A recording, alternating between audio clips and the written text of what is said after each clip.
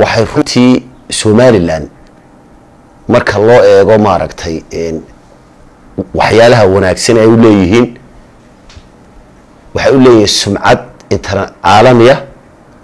oo maaragtay in ciyaaraha halkan lagu qabto oo si nabadgelyo loo qabto oo si qurux badan loo qabto sumcadeena iyo sharafteena ayay qayb weyn ka qaadanaysaa taasoo runtii si positive oo maaragtay hanaankii ay u soo socdeen ay wanaagsanay laakiin waxaan doonayaa inaan tilmaamo maxaa ciyaaraha intii aynu ka soo baranay intii ay socdeen maxaynu positive ka soo baranay qaabkii ay u socdeen oo qaabkii loogu talagalay ahayd maxaa si aynu ka soo baranay waxyaabo aan is oran karo waxay haayeen maaragtay waxyaabo aan ku habooneen meesha in la keeno waxyaalaha positive ka waxa kamid ahaa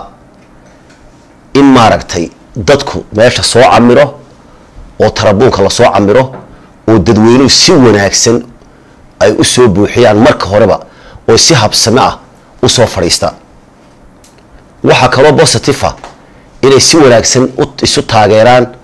oo hadal wanaagsan oo positive oo dhiirigelin ay sameeyaan laakiin waxaan arkayay waxyaabo automatically aan looga baahnayn meesha inay yimaadaan ceebna inagu ah qasaarena dadka meesha isugu imanaya ama dhib soo gaari karta sababay waxa laga yimaadaa meesha in caadifiyada xagga hore la soo mariyo oo taageeradii caadifiyada laga badiyo taasoo keenta inay qayb dadka kamid wax caayaan inay keento qayb dadka kamid inay wax shiiraan inay keento qayb dadka kamid inay la soo baxaan calamo aan goobta looga fadhiin goobtanu goob siyaasadeed maaha waa goob ciyaareed ciyaar saaxiibtinimo ka socota looma baahnayn in laga yimaado calamo sida maalmaha kamid ah dhacday taas waxay keentaa marka caadifiyadu korka soo marto ee maaragtay dadku qofku uu maaragtay taageeray waxaan loo baahnayn oo kale uu soo dhaafiyo waxay keentaa inuu gacan ka hadal yimaado taasoo in lagu abuuri karta iyadoo boolisku xakameeyay fadliga ilaahay oo wixii meesha ka dhicila dhibaato haday dhacdana dakhra yar yar ay ahayd oo aan badnayn oo boolisku aad iyo aad u xakameeyay gacmada ku qabtay laakiin waxaan arkay waxyaalo sameyn kara nabadgelyo darro keeni kara waxa ogtihiin oo xigmadeedu ugu yiri daaran tahay maanta inaynu soo gaarnay semi finalkii laga bilaabo birito ciidanku wuxuu amar ku qabaa inuu nabadgelyada labada gacmood bay isugu geeyo hal la ogaado lama ogola inaad caagad biyo la soo gasho dibadda laga qaaday lama ogola inaad caalan la soo gashid meesha wuxuu doonay ha noqdo caalanku waxa la wuxuu raba ha noqdo lama ogola inaad la soo gasho lama ogola wax kale oo nabadgelyada waxyeelaya noocay doonaan ha ahaadaan dhangeed ha ahaadaan wax kaleba ha ahaadaan inaad meesha la soo gasho lama ogola gudaha markuu dadweynuhu tagana waxa dadweynaha lagu adkaynaya oo loo sheegaya oo laga codsanaya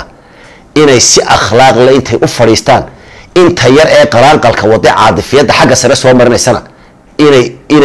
inay ka foojignaadaan oo haday sirahaan buuq sameeyo aanay ku raacin dadweynuhu waa inay meesha soo galaan waxa aan sheegay way reebayeen lama iman karaan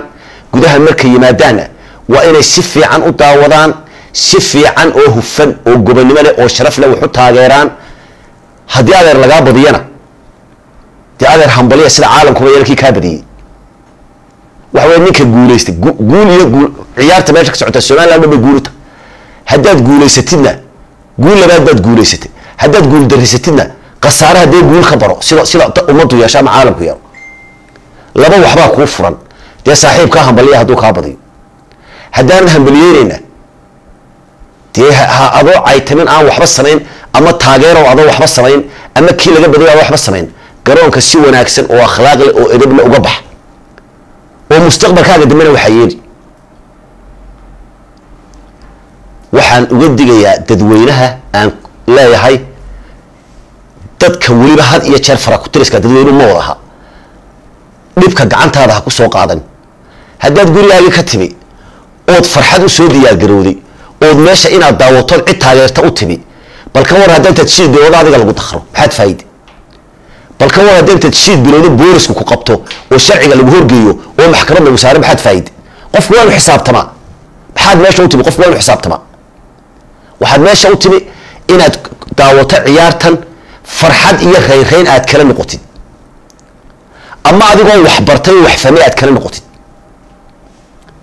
dadweynaha waxaanu leenahay oo aanu ku adkaynaynaa boolisku